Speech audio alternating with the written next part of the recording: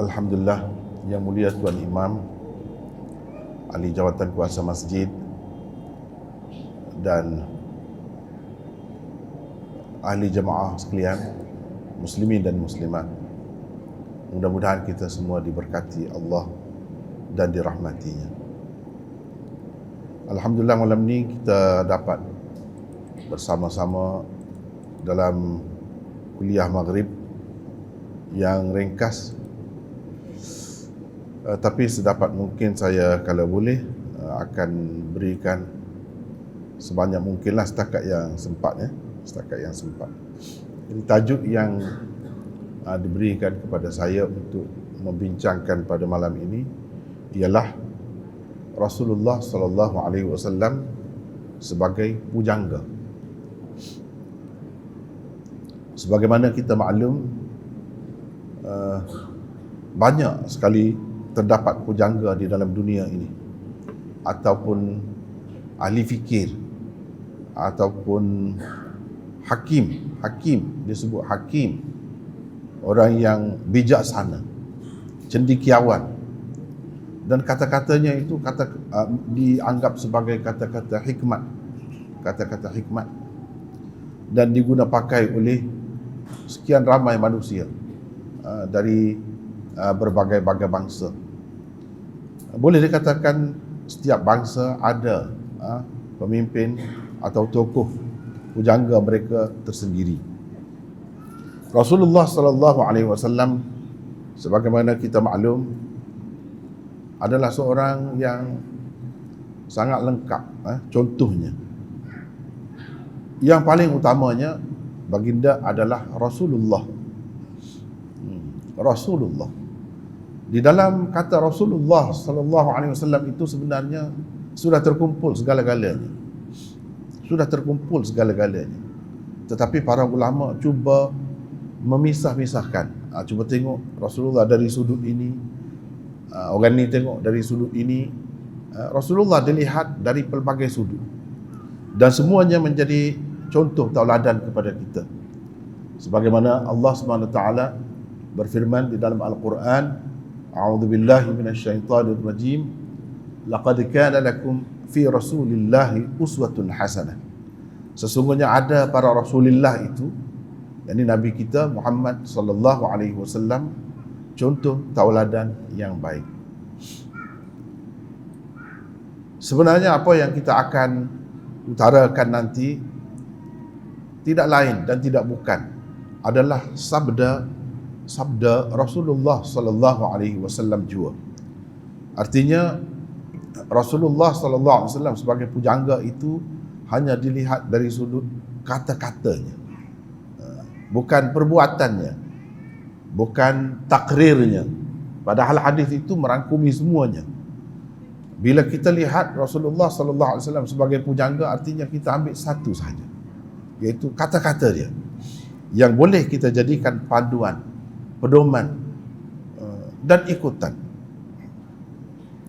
Sabda Rasulullah sallallahu alaihi wasallam atau ucapan baginda itu pula banyak, boleh dibahagikan kepada banyak bahagian pula.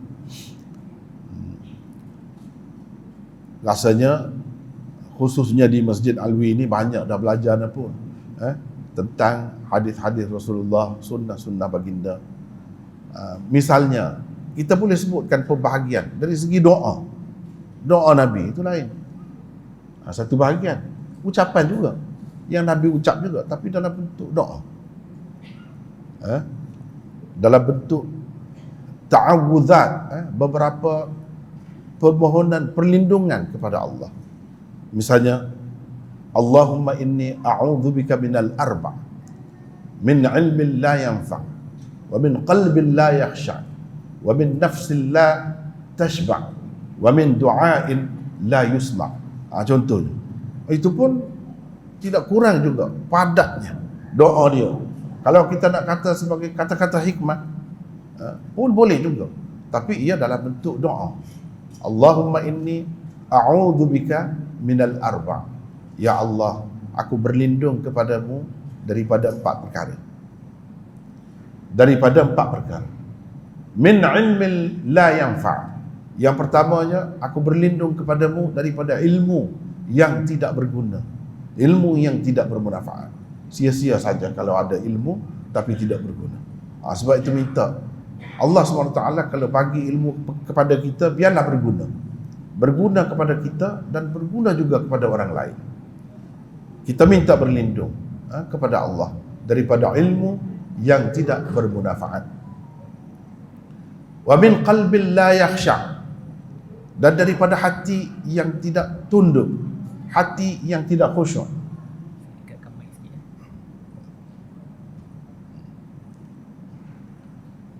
Wa min qalbil la yakhsha, daripada hati yang tidak khusyuk. Sembahyang pun tidak khusyuk, tidak ingat kepada Allah, tidak takut kepada Allah. Minta dijauhkan kita daripada hati yang seperti itu. Wa min nafsil la tashba', wa min nafsin la tashba', dan daripada jiwa yang tidak kenyang, tak tahu kenyang. Ini satu penyakit juga. Ada nafsu, ada keinginan, tapi tak puas-puas. Ini satu malapetaka juga kepada manusia. Nabi SAW mengajarkan kepada kita doa ini, yaitu supaya kita berlindung kepada Allah daripada nafs, jiwa ataupun perasaan yang tidak tahu kenyang. Wa min du'ain la yusma'. Jadi kata-kata dia tu padat, Pak. Semua jadi akhiri dengan ain. Diakhiri dengan ain. Kalau kita perhatikan itu sangat menarik. Ada, kalau dalam ilmu balaghahnya dipanggil, ada sajak, ada irama dia. Min ilmin la yanfa', ain di belakang. Wa min qalbin la yakhsha', wa min nafsin la tashba', wa min du'ain la yusma'. Daripada doa yang tidak didengari, mana tidak dimakbulkan. Kita berdoa pun tak makbul, Tuhan tak terima, Allah tak terima. Minta berlindung kepada Allah daripada doa yang seperti itu. Tak ada gunalah. Kalau Allah SWT tak terima, tak makbul doa kita. Itu contoh, saya nak sebut contoh dalam doa Nabi. Tapi dalam bentuk doa, itu ucapan juga. Itu bahagian lain. Bukan itu yang kita nak bincangkan malam ini. Bahagian yang lain. Dari perbuatan Rasulullah SAW pula. Ada dia sebagai hakim. Ada Nabi SAW sebagai jeneral, panglima perang. Ada Nabi SAW sebagai ahli psikologi. Ada Nabi SAW sebagai pendidik. Ada Nabi SAW sebagai pendidik, sebagai muballigh, pendakwah. Ada Rasulullah SAW sebagai bapa. Ada Rasulullah SAW sebagai guru. Ada Rasulullah sebagai ayah. Ada Rasulullah sebagai suami. Ada Rasulullah SAW sebagai datuk. Semua ada contoh kepada kita. Kemudian dalam sistem Islam ni, bila datang kemudian dia dalam bentuk lain, berubah dan diterima oleh masyarakat. Misalnya, kalau kita perhatikan di dalam hadis Rasulullah SAW, tengah-tengah jalan saja sambil dia bercakap, bila ditanya, dia pun bagi keputusan. Padahal keputusan dia tu sebagai seorang hakim. Mana orang biasa kan, kita ni tak boleh ikut dia tu. Kalau ikut pun tak jadi. Apa dia kata? Orang tu mengadu, dia tak benarkan air tu daripada parit tali air itu, saya nak sekat dulu biar masuk dalam ladan saya. Dia nak terus pergi ke sana. Dia di belakang. Jadi orang dekat dia tak mau. Dia nak parit itu dibuka kepada dia yang jauh, ladan dia yang jauh. Jadi Nabi SAW bagi arahan, bagi keputusan. Kamu buat, ambillah, wahai sahabatku Zubair, walaupun dengan lalu di atas perut dia. Mana kamu boleh ambil air itu, kamu ambil dahulu, setelah itu lepas kepada yang lain. Jangan ikut apa seperti yang dia nak. Ini Rasulullah sebagai hakim. Kalau kita orang biasa nak buat keputusan itu tak jadi. Dia kena hakim duduk dalam mahkamah dengan pakaian yang lengkap, duduk ada dengan peguam-peguamnya. Ketika itu dia buat keputusan. Kalau sekarang ni bila dia pakai jubah dia pakai wig dia dan sebagainya, baru jadi. Kalau tidak tak jadi. Apalagi kalau tengah jalan gitu. Maknanya hadis itu untuk memakainya, menggunanya perlu kepada seorang hakim yang sah, yang dilantik, baru jadi. Bukan semua hadis itu boleh diikut oleh semua orang. Itu kita tak boleh buat begitu. Tak boleh buat. Sama juga Rasulullah sebagai pemerintah, penguasa. Sebagai penguasa, begitu juga. Begitu juga. Man taraka malan fali warathatihi wa man taraka daynan wa 'iyalan fa ilayya wa 'alayya. Misalnya, bolehkah kita pakai begitu? Boleh, tapi adakah menjadi kewajiban, tanggungjawab? Tidak. Yang menjadi tanggungjawab untuk buat itu siapa?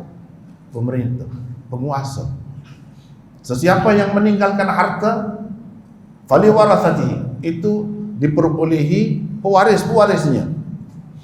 Dan sesiapa yang meninggalkan hutang atau tanggungan, ada anak pinak, katakanlah dia mati, pergi berperang, mati syahid, siapa nak jaga anak isteri dia, keluarga dia? Fa ilayya wa alayya, terserah kepadaku dan akulah yang bertanggungjawab terhadapnya. Itu Rasulullah kata sebagai pemimpin itu, bukan sebagai orang biasa. Orang biasa siapa nak sanggup semua ni, orang berapa-apa yang mati, dia nak tanggung semua. Dan adakah menjadi tanggungjawabnya? Tidak menjadi tanggungjawabnya. Jadi suatu perkara yang perlu kita lihat dalam hadis-hadis Rasulullah sallallahu alaihi wasallam ialah dia bercakap itu dia sebagai siapa. Ini kerja ulama-ulama hadis juga. Tengok Rasulullah bercakap ni sebagai apa. Misalnya kita tengok Rasulullah kata kalau nak tidur tu padam lampu dulu, pelita dulu. Kalau nak pakai kasut tu retak-retak dulu kasut tu. Itu sebagai apa? Ayah tu. Kalau orang lain, Perdana Menteri ke buat, sekarang ni Presiden ke buat, orang akan bantah, orang akan kata apa, bukan kerja kamu tu. Nak buat benda, banyak lagi kerja kamu. Tak buat, kamu buat yang tu lah. Orang akan kata begitu kan. Tapi Rasulullah tidak begitu. Semua dia masuk. Tapi kita ni, umat ni kena tahu yang dia buat begitu tu sebagai siapa? Ayah tu. Sebagai ayah. Jadi sebagai ayah dia kena cerita benda-benda macam tu. Nak tidur tu, sebelum tidur tu kebah-kebah dulu.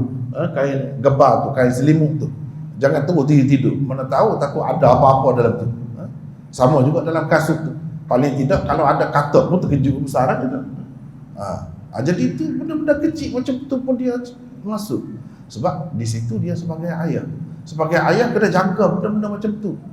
Jadi banyaklah kalau kita nak tengok Rasulullah SAW dari sudut itu, dari sudut ini, banyak sekali baginda itu boleh kita jadikan sebagai contoh.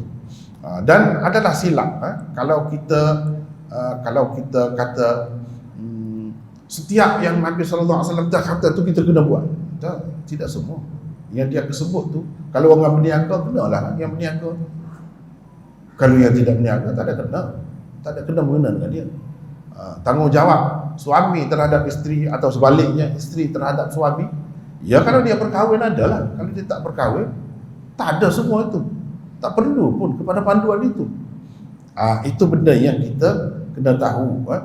Cumanya ialah dalam keluarga ni kalau kita tak jadi ayah pun, tentu kita anak kepada sesiapa kan. Bila kita anak kepada sesiapa, apa tanggungjawab kita terhadap ibu dan ayah kita, terhadap adik-beradik kita. Itulah yang kena tahu. Tak lepas juga daripada agama. Cuma secara khusus, secara terperinci, nak kena tahu benda ni riba ke tidak ni, haram ke tidak. Kalau tidak terlibat, tak perlu tahu. Begitu. Semua itu malam ni kita tidak nak cerita. Kita nak ambil satu bahagian saja. Satu bahagian saja daripada sabda Rasulullah SAW, yang mana kita tengok dalam dunia ni Bangsa mana-mana pun dia ada ahli-ahli fikir, ada pujangga dia. Memang kata-katanya itu bernas, dan dijadikan rujukan, dijadikan ikutan. Tetapi setakat mana sangat yang ada kalau dibandingkan dengan Rasulullah sallallahu alaihi wasallam? Sikit, tak banyak. Nak cari 100 pun susah.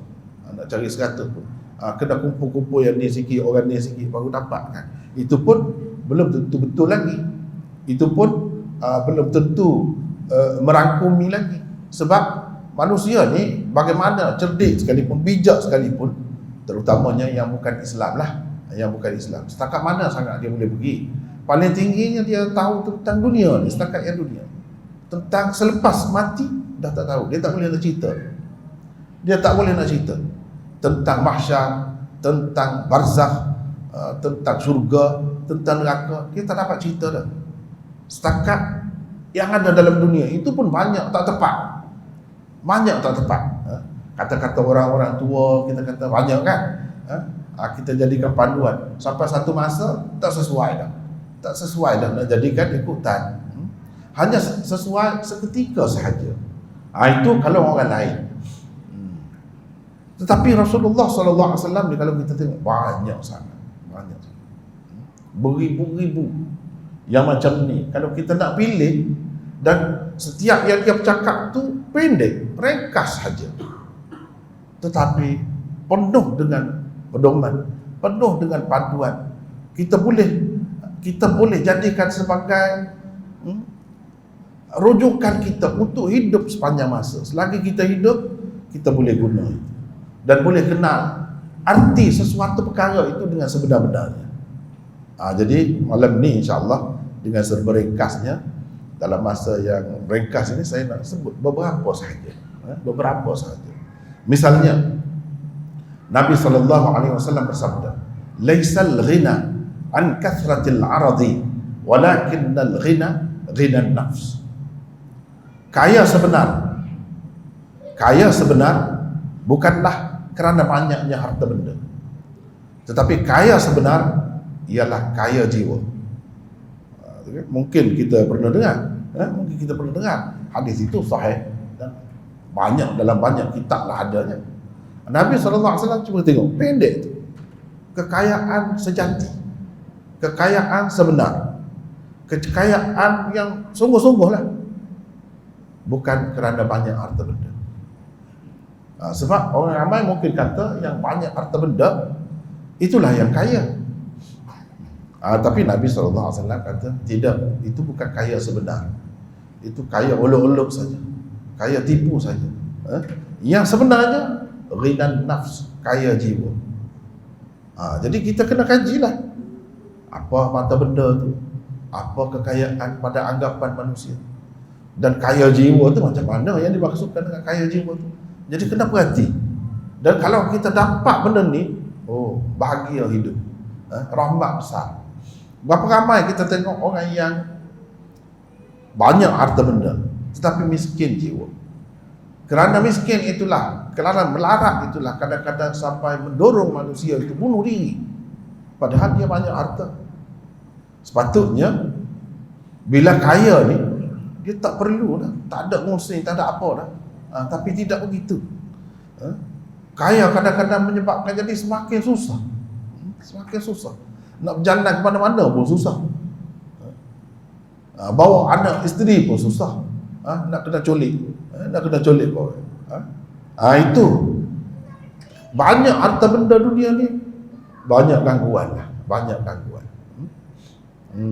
Kemudian tidak semestinya orang tu bahagia. Yang kita naknya apa? Yang kita naknya dengan harta banyak tu apa? Kita nak kebahagiaan jiwa. Kadang-kadang tak dapat semua tu. Walaupun kita ada, kita boleh ada rumah yang cantik, tempat tidur yang menyeronokkan, dan macam-macam kemudahan yang kita boleh dapat dengan duit. Tetapi kita tak boleh beli kebahagiaan. Kebahagiaan, ketenangan jiwa. Sekarang ni kalau kita tengok di negara-negara yang dianggap paling kaya, paling bahagia, paling mewah, di situlah tempat ramai orang bunuh diri. Kenapa berlaku begitu? Sebab miskin jiwa. miskin jiwa. Dan kita duduk merasa kaya pun, sebenarnya tak ada kaya apa pun. Kita perasan saja. Sebab itulah dalam Al-Quran Allah Subhanahu wa taala berfirman, Wallahul ghani wa antumul fuqara. Allah lah yang kaya sebenarnya. Kaya sejati ialah Allah. Kamu semua ni miskin. Jadi kamu tu manusia semua, tak kira yang kaya macam mana pun, milioner ke, bilioner ke, apa ke, semua miskin, fuqara. Sebab apa? Semakin kita kaya kan, semakin kita nak banyak. Yang kaya sebenarnya dia tidak berhajat, tidak berkehendak pada apa-apa dah. Itu kaya. Sebab itu sifat Allah Subhanahu wa taala apa sifat? Sifat Tuhan iaitu istighna an kulli ma siwa. Tidak perlu kepada apa-apa pun, kepada sesiapa pun. Itu satu. Di satu pihak. Di satu pihak yang lain, iftiqar kulli ma siwahu ilaihi. Iaitu semua yang lain semua perlu kepada dia. Tak ada yang tak perlu. Tak ada yang terlepas daripada dia. Itu baru kaya betul. Itu baru kaya betul. Kalau kita kata kita kaya, semakin kaya semakin memerlukan. Kita tak buat nak ini lagi. Yang orang biasa tidak nak, kita nak. Kalau tak nak jadi serabut. Tak dapat jadi serabut. Jadi sampai segala-galanya duit habis, kita sanggup. Padahal yang sepatutnya kita buat dengan duit itu benda lain, tapi kita pergi habis di situ. Ini berlaku kepada manusia. Dan dia nak itu, nak ini, tengok orang lain ada itu, nak lagi. Sebenarnya selagi ada nak tu, tak kaya. Sebab tidak ada istighna, tidak ada rasa memadai, cukup, tak perlu kepada yang lain. Dan orang lain perlu kepada dia. Itu baru kaya. Seperti Allah SWT, semua tak ada manusia yang terlepas daripada dia. Tak ada. Semua terikat dengan dia. Allahus Samad. Allahus Samad. Dan dia tidak perlu kepada sesiapa pun. Sekarang ni kalau yang sedang bercakap ni tak ada, bolehkah Allah SWT meneruskan mentadbir alat? Oh, boleh saja, tak ada siapa, tak ada apa pun. Orang lain ramai lagi boleh ambil tempat itu. Dia tidak perlu kepada orang tu, kepada orang ni. Kita tengok presiden ke, Perdana Menteri ke, raja ke, siapa ke, Allah perlu kepada dia. Cuma dipilih dia. Itu sahaja. Sebagai ujian kepada masing-masing orang. Orang ni dipilih sebagai ini, orang ni dipilih sebagai ini, untuk ujian semuanya. Bukan sebagai suatu yang istimewa sangat. Tidak sebenarnya. Jadi kaya sebenarnya ialah kaya jiwa. Bila kaya jiwa, itu baru tak perlu kepada apa-apa. Sedikit pun cukup, banyak pun alhamdulillah. Dia akan buat kepada benda-benda yang memang berguna. Memang berguna kepada dunia dia dan akhiratnya. Ini cuba kita tengok ni. Laisal ghina an kathratil aradi, walakinnal ghina ghinan nafs. Itu satu. Sebab saya nak ringkas kan, takut malam ni nak bincang yang ni saja kan, pula kan. Ini yang selalu kita dengar. Ucapan dia tu macam-macam bentuknya. Tidaklah semuanya berentang, bersajak, tidak. Umpamanya ightanim, ini selalu kita dengar. Cuba kita perhati lagi, cuba kita dalami, selami lagi maksudnya. Ightanim khamsan qabla khamsin, syababaka qabla haramik, wa sihhataka qabla saqamik, wa ghina'aka qabla faqrik, wa faraghaka qabla syughlik, wa hayataka qabla mautik. Kalau perhati ini kan, cukup dah tu sebagai panduan. Rebutlah 5 perkara sebelum 5 perkara. Itu selalu kita dengar. Lagu pun saya rasa ada macam tu kan. Sebab ini memang menarik. Kalau dijadikan pedoman betul, orang tu tak akan sia-sia hidup. Tak akan sia-sia hidup. Akan lepas di mahsyar besok kira-kiranya pun mudah. Tak ada lah kena tunggu lama dulu, kena seksa, kena macam-macam dulu, kena dera dulu. Tak ada, semua tu tak ada, akan berlaku. 5 perkara sebelum 5 perkara. Zaman mudamu sebelum zaman tuamu. Masing-masing fikirlah. Masing-masing fikirlah, tanyalah diri sendiri. Terutamanya yang sudah tua, apa yang aku buat? Oh, kita akan menyesal banyak. Orang sudah tua ni macam mana dia hebat, dia lebih pun. Itu belum lagi akhirat tu. Kalau di akhirat tak ada siapa pun buat macam mana amalan pun yang rasa cukup. Dia akan rasa rugi. Kenapa aku tak buat semasa aku hidup dahulu gini-gini. Ini zaman mudamu sebelum zaman tua. Berapa banyak orang-orang yang zaman tua tu hasil zaman muda dia lah. Kalau kita tidak isi dengan betul zaman muda tu, habislah kita. Itu cuba perhati. Masa sihatmu sebelum sakit. Sebab kita ni bukan sentiasa sihat. Bukan sampai bila-bila akan sihat. Terdedah bila-bila masa saja pada sakit. Macam-macam sakit. Bila kita sudah sakit, nak buat apa? Kalau kita katalah sebagai pelajar nak baca pun tak boleh.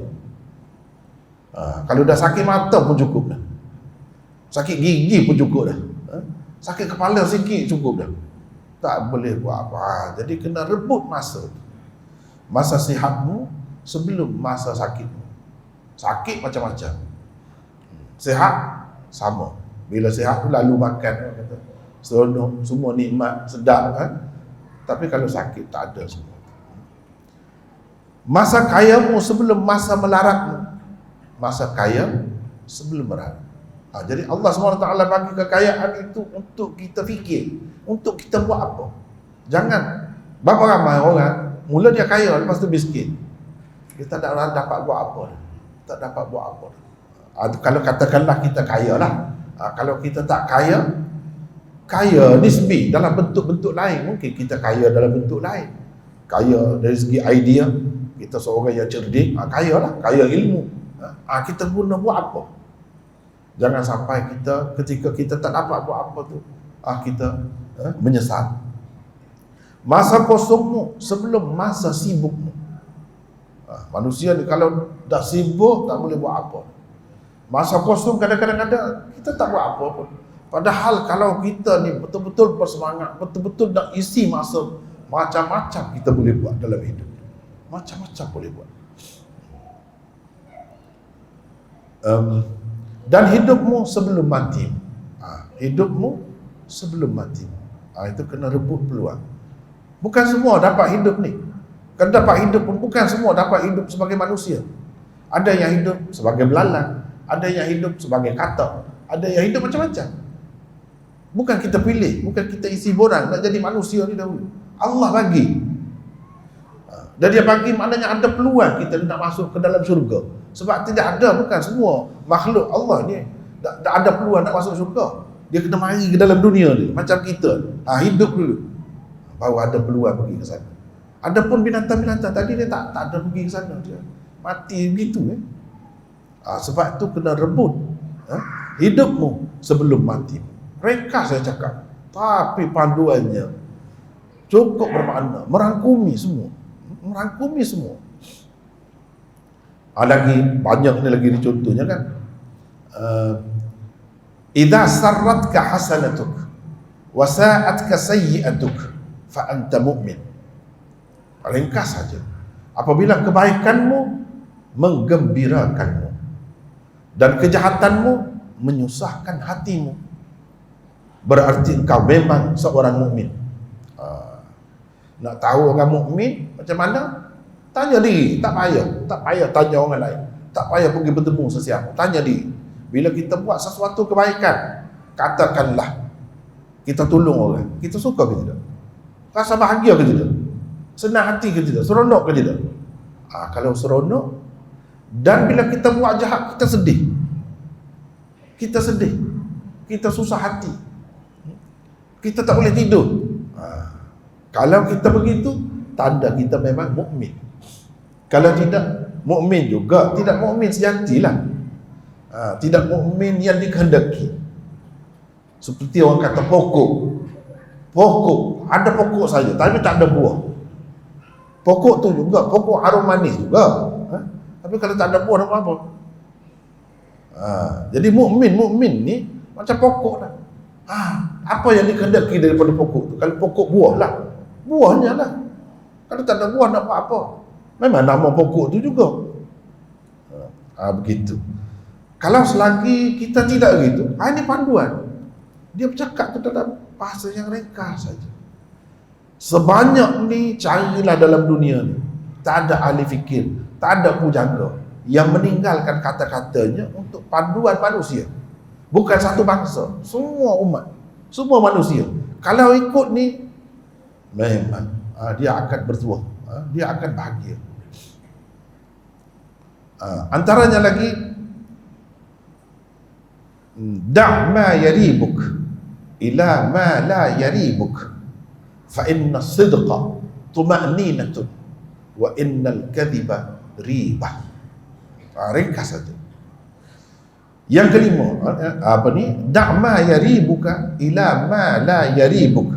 Tinggal apa yang meragukanmu. Tinggal apa yang meragukanmu kepada apa yang tidak meragukanmu. Sesungguhnya kebenaran itu membawa ketenangan dan dusta itu menimbulkan keraguan. Ringkas, kena renung. Dia cakap, kena renung. Apa benda yang kita ragu dalam dunia? Banyak benda kita ragu. Tinggal, jangan buat. Kalau kita ragu, jangan buat. Kena yakin. Yakin benda ni berfaedah betul, berguna betul kepada kita. Kalau ragu, tak tahu lagi halal ke haram. Halal ke haram, tak tahu. Jangan buat lagi. Kena pastikan dahulu. Jadi hilang ragu.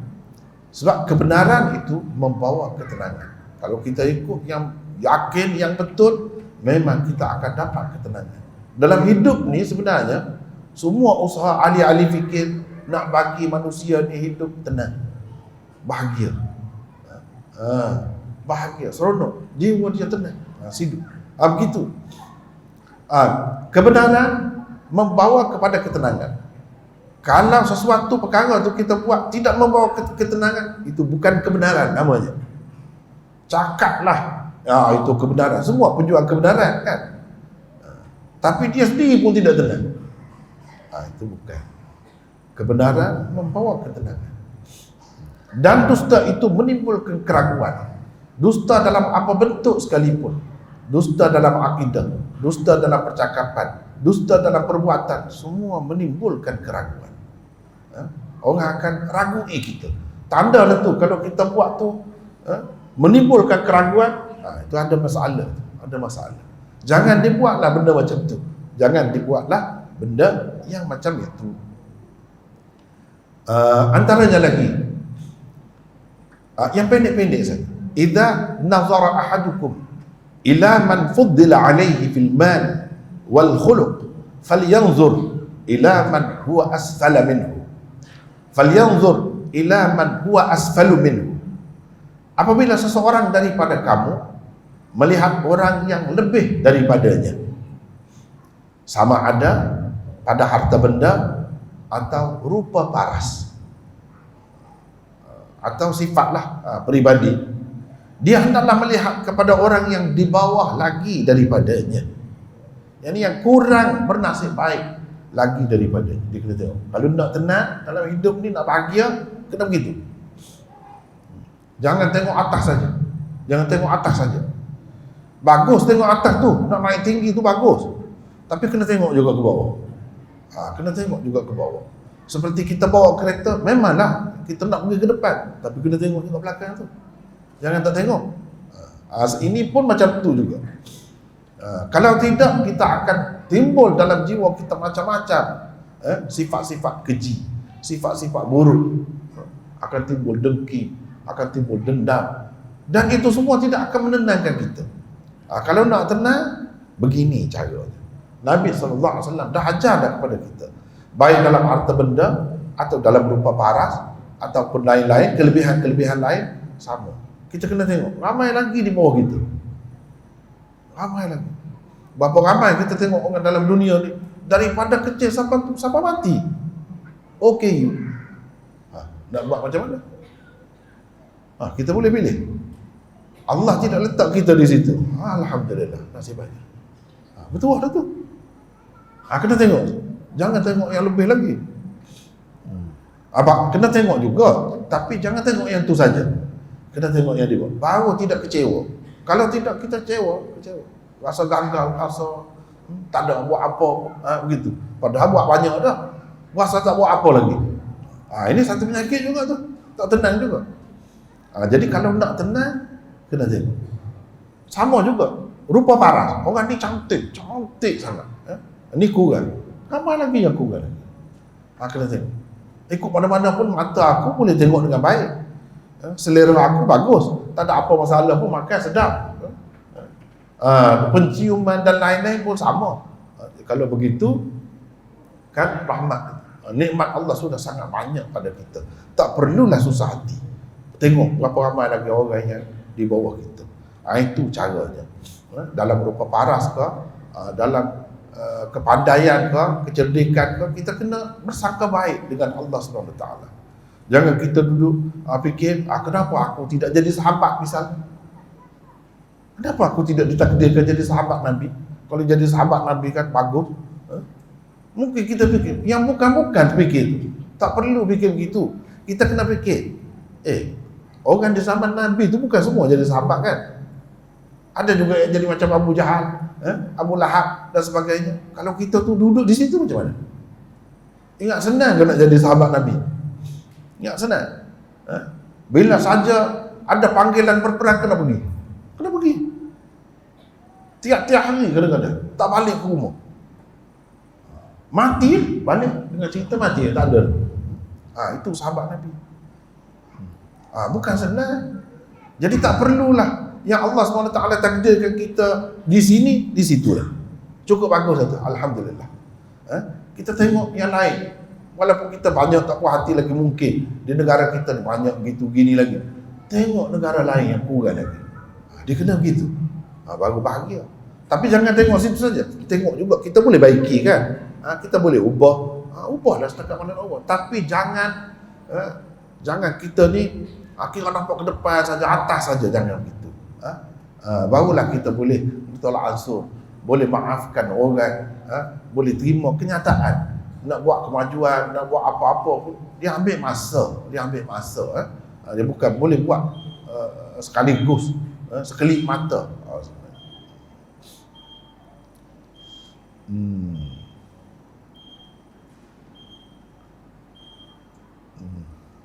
Kita macam mana ni? Nanti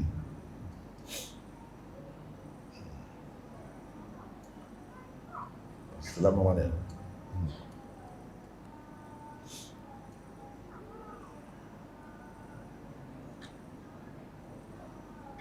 Boleh? Takut nak azan. Baik. Seterusnya, al-yadul ulya khairun minal yadis sufla. Itu biasa kita dengar. Hadis yang sangat popular. Tangan di atas lebih baik daripada tangan di bawah. Ringkas saya cakap. Apa? Ya, gitu. Bagi azan dulu. Okey. Kita azan.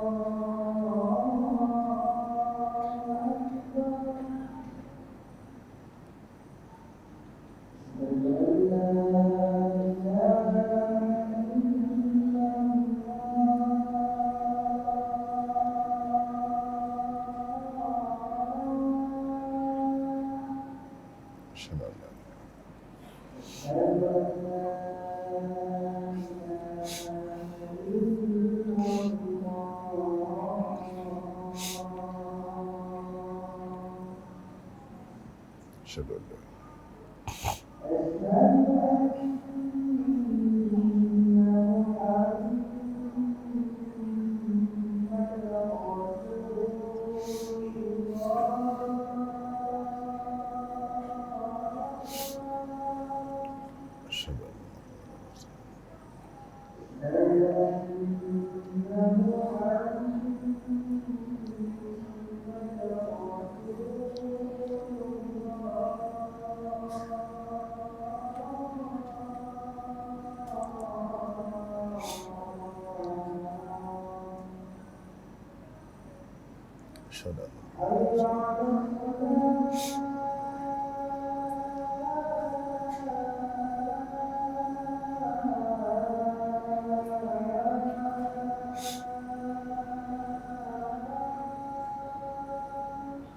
la haula wala quwwata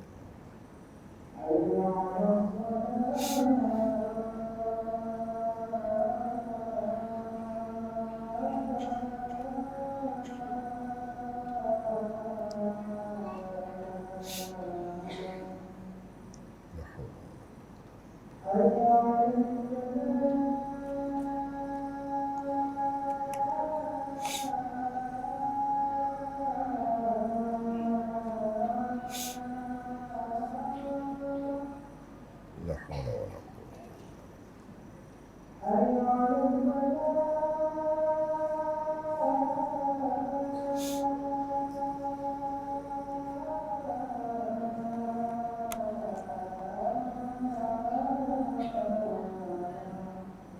La haula.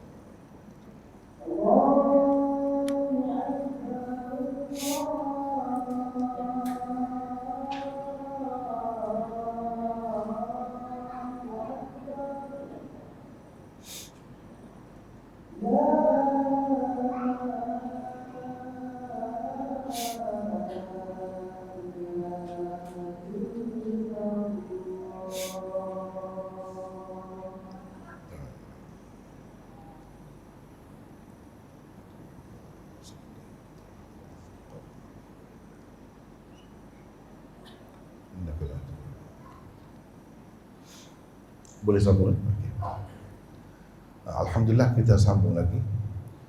Tadi yang saya sebut tadi hadis yang ringkas, yaitu al-yadul ulya khairun minal yadis sufla.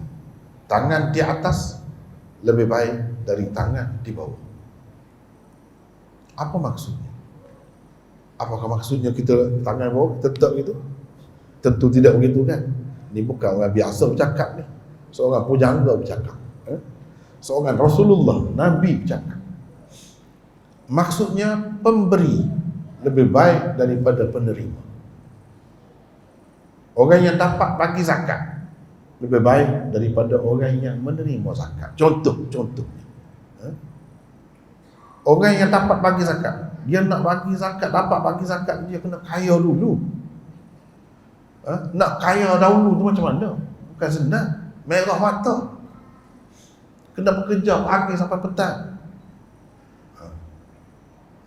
Itu maknanya yang orang yang Nabi SAW puji, sebut sebagai yang terbaik macam tu. Orang yang kerja tak tahu pedang, tak tahu lelah, buat kerja. Itu untuk apa? Supaya sampai satu peringkat dia boleh bagi kepada orang lain. Dan bila dia bagi, dia merasa bahagia, berasa lega perasaannya, seronok. Maknanya ini bukan nak menghina, tidak. Bukan nak merendah-rendahkan orang yang di bawah tu, tidak. Tapi sebagai galakan supaya yang di bawah tu pun jadi macam yang memberi kepada dia. Cuba tengok kamu bila ada orang yang bagi, tidakkah kamu yang tak boleh makan, kelaparan itu dapat makan, kenyang. Macam mana kalau kamu bagi kepada orang lain? Kamu pun kena berusaha macam tu juga. Jadilah macam tu juga. Berapa seronoknya keluarga yang kita bantu, anak-anak dia yang menangis tak cukup nak makan, tiba-tiba dengan sebab kita bagi itu, dia dapat makan, anak dia dapat tidur dengan tenang. Kita tak mahu jadi macam tu. Sepatutnya kita jadi macam tu. Sebab Nabi dah cakap dah, pemberi lebih baik daripada penerima. Ikutlah dalam apa perkara pun. Nampak ringkasnya, zahirnya pemberi sedekah, pemberi zakat. Itulah asalnya. Tapi dia tidak terhenti setakat itu saja, banyak lagi. Banyak lagi. Misalnya guru, mana lebih baik daripada murid? Lebih baik guru. Sebab guru yang memberi, murid yang menerima. Murid itu tangan di bawah, Walaupun murid kemudiannya akan jadi guru juga tak kira lah. Tapi ada kalanya tak jadi guru sampai ke akhir. Hanya jadi murid saja. Ini satu motivasi yang sangat besar maknanya. Iaitu jangan kita merasa puas hati dengan menerima saja apa benda pun. Kita kena jadi umat yang boleh menyumbang, bukan menumpang saja. Kena jadi umat yang menyumbang, bukan menumpang. Misalnya pengeluar barang-barang lah, pengeluar barang-barang. Mana lebih baik daripada pengguna? Kita ni kan banyak juga beli barang daripada orang kan. Beli beras, beli makanan, beli mana lebih baik daripada pengeluar. Pengeluar yang menyediakan. Walaupun kita bagi duit, kita tak dapat tu. Tapi kita tidak pengeluar. Mana lebih baik? Lebih baik pengeluar.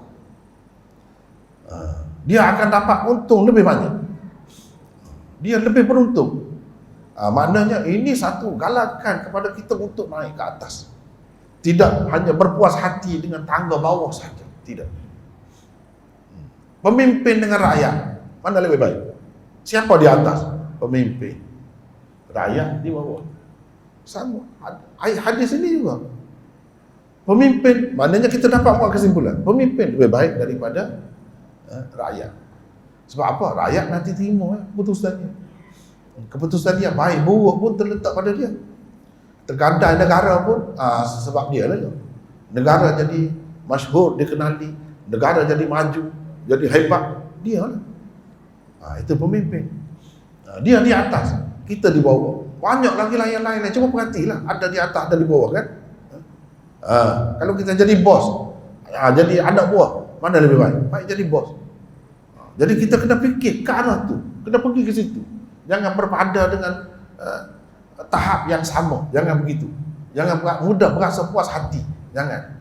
Kena sedar bahawa ini, kalau kita dapat menyumbang, itu lebih baik daripada menumpang, daripada menerima. Ringkas saja, tapi luas, boleh pergi dalam semua bidang. Boleh bagi dalam semua bidang, semua perkara. Ayah dengan anak, mana lebih baik? Sebab ayah yang bagi, ayah lebih baik. Mudahnya kira-kira. Yang lain-lain pun sama, begitulah. Kemudian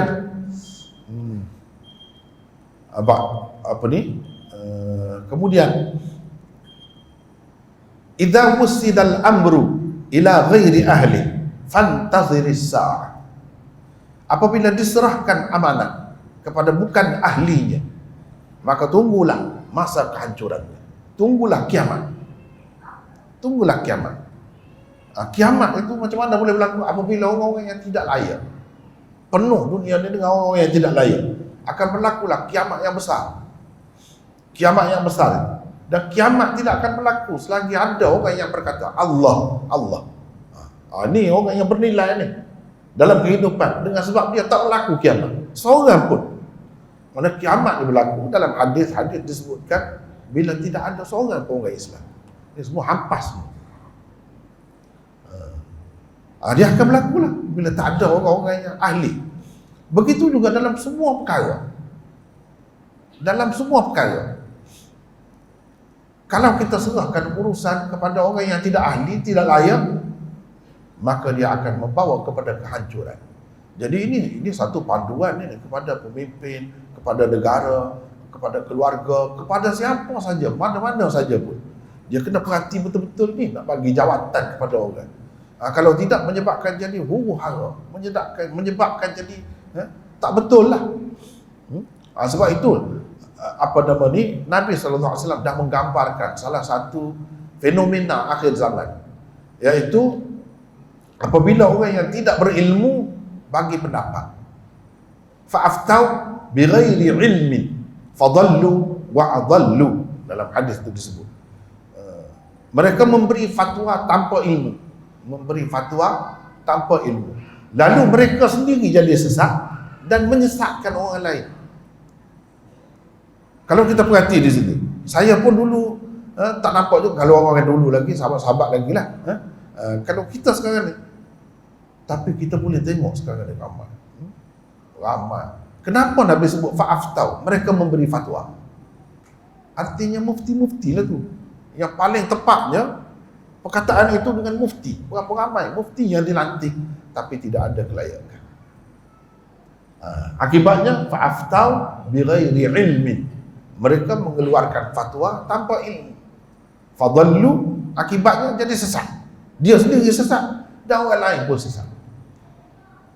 Kadang-kadang tu macam tu berlaku. Kita pun lemah juga. Kita pun hairan juga. Begitu juga kalau pemimpin, kalau pemerintah, tak kira lah peringkat mana, sehingga sultan dan raja sekalipun, kalau tidak ahli nanti tengok hancur, rosak. Sekurang-kurangnya dalam bidang tu akan musnah, akan jadi rosak. Agama akan jadi rosak. Kalau mufti, kalau bina ekonomi lah akan berosok. Kalau orang yang tidak ahli, dia kena bagi kepada ahli. Dengan sebab itu kita rakyat ni kena pandai juga nak pilih, kena pandai juga. Kalau tidak, kita menempah kebinasaan untuk diri kita sendiri. Kita menempah kehancuran untuk diri kita sendiri. Nabi dah cerita dalam semua perkara ni. Kalau bukan ahlinya, kalau bukan komen, kita kata kita nak bagi dia baiki kereta, makin rosak.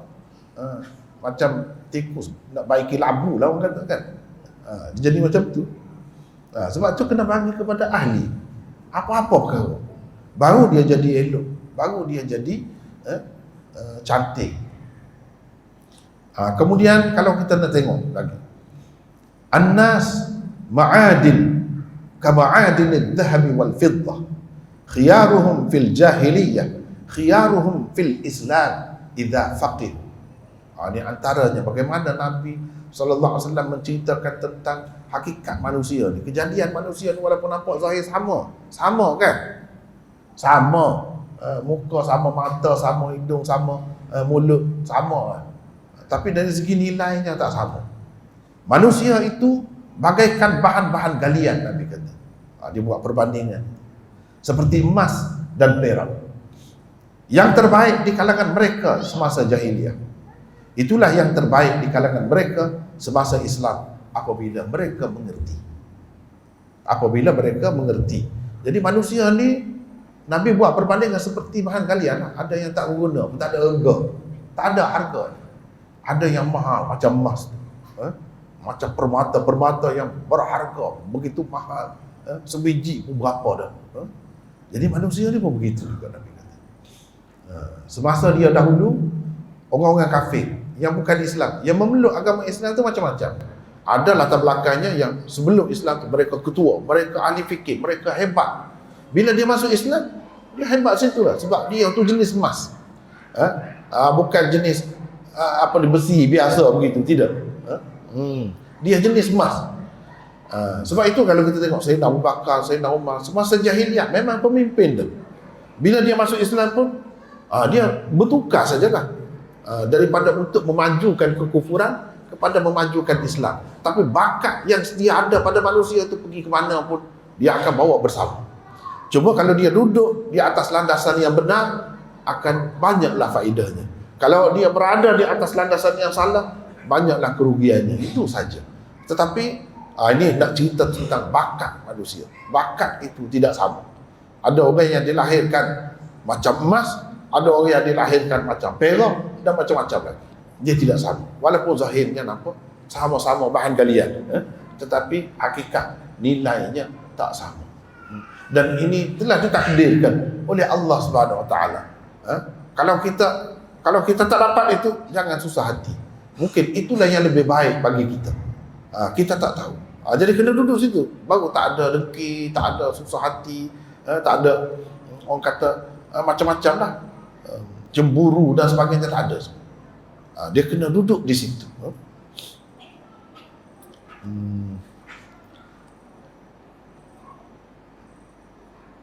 Satu lagi saya rasa, ya, boleh? Satu lagi. Ini pun rasanya kita dah dengar juga, tapi mungkin ramai juga yang tak dengar lagi kan. Ini pun satu panduan yang sangat berguna dalam kehidupan ini. Habibaka hawnan asa an yakuna baghidaka yawman ma, wa abghid baghidaka yawman ma asa an yakuna habibaka yawman ma. Oh, itu menarik. Sayangilah seseorang itu berpada-pada. Sayangilah seseorang itu berpada-pada, jangan lebih-lebih. Boleh jadi ia menjadi musuhmu di suatu hari nanti. Boleh jadi. Dan bencilah seseorang itu berpada-pada juga, kerana boleh jadi ia menjadi kekasihmu di suatu hari nanti. Berapa banyak ni kalau dalam masyarakat kita ni kan, banyaklah berlaku antara individu dengan individu, antara kerajaan dengan kerajaan, antara parti dengan parti, kan banyak berlaku kan. Dulu musuh, lepas tu dia boleh baik. Sebab tu kata dia kena berpada-pada. Jangan lebih-lebih sangat. Ingat, boleh jadi suatu hari nanti kita boleh jadi kawan. Kalau musuh pun, jadi biar waras, sentiasa waras. Jangan ikut sentimen, jangan. Musuh kadang-kadang berlaku dalam hidup ini, tapi berpada-pada. Saya pun begitu juga. Jangan lebih-lebih. Kalau lebih-lebih sangat, dia boleh jadi macam-macam. Itulah ya, jadi kadang-kadang jadi hilang akal, jadi gila. Sebab apa? Terlalu sayang kepada suami, terlalu percaya sangat. Lepas tu bila suami buat sesuatu, terkejut. Boleh jadi. Sebab tu kata jangan berpada-pada apa-apa pun. Ini dunia. Dunia ni sekadar itu saja. Jangan lebih-lebih sangat. Ya, betul, kena sayang. Nabi pun ajar suruh sayang. Sayang kepada anak. Jangan sampai bengong kita tak boleh nak buat apa dah. Dengan sebab mati anak. Ikut mana-mana pun kena mati. Tak tahu. Ayah dahulu kena mati anak tu tak tahu. Berpada-pada. Jangan lebih-lebih. Kalau lebih akan memudaratkan kita. Itu keadaan dunia. Itu perihal dunia. Jangan lebih-lebih. Sebab kita tak tahu. Dia boleh bertukar tu keadaan. Kita pun heran. Macam mana suatu ketika kita tak mahu sangat pada dia, tapi suatu hari kemudian dia jadi berubah. Itu manusia. Sebab tu kata jangan berlebih-lebih, berpada-padalah. Ingat kepada Allah SWT. Mintalah Allah jaga kita, supaya kita sentiasa berada dalam kebaikan, ikut mana-mana pun. Jadi saya rasa masa kita terhad kan, mungkin cukup dah kot. Sekadar tu pun banyak dah tu. Kalau nak sebut lagi memang beribu-ribu lah. Inilah kalau nak kata tokoh nombor satu dalam sebagai pujangga Rasulullah sallallahu alaihi wasallam. Cuba tengok. Itu sifat kata-kata dia tadi kan. Pujangga dia bercakap macam tu. Dia bukan perbuatan, bukan takrir, pengesahan daripada Nabi, tapi ucapan. Tapi ucapan dia tu padat, mengandungi banyak pengajaran. Kalau kita ikut betul-betul, kita akan bahagia. Kita akan selamat dalam dunia dan akhirat. Jadi sekadar itulah saya rasa sebab kita masa terhad. Aqulu qawli hadha wa astaghfirullahal azim li wa lakum. Assalamualaikum warahmatullahi wabarakatuh.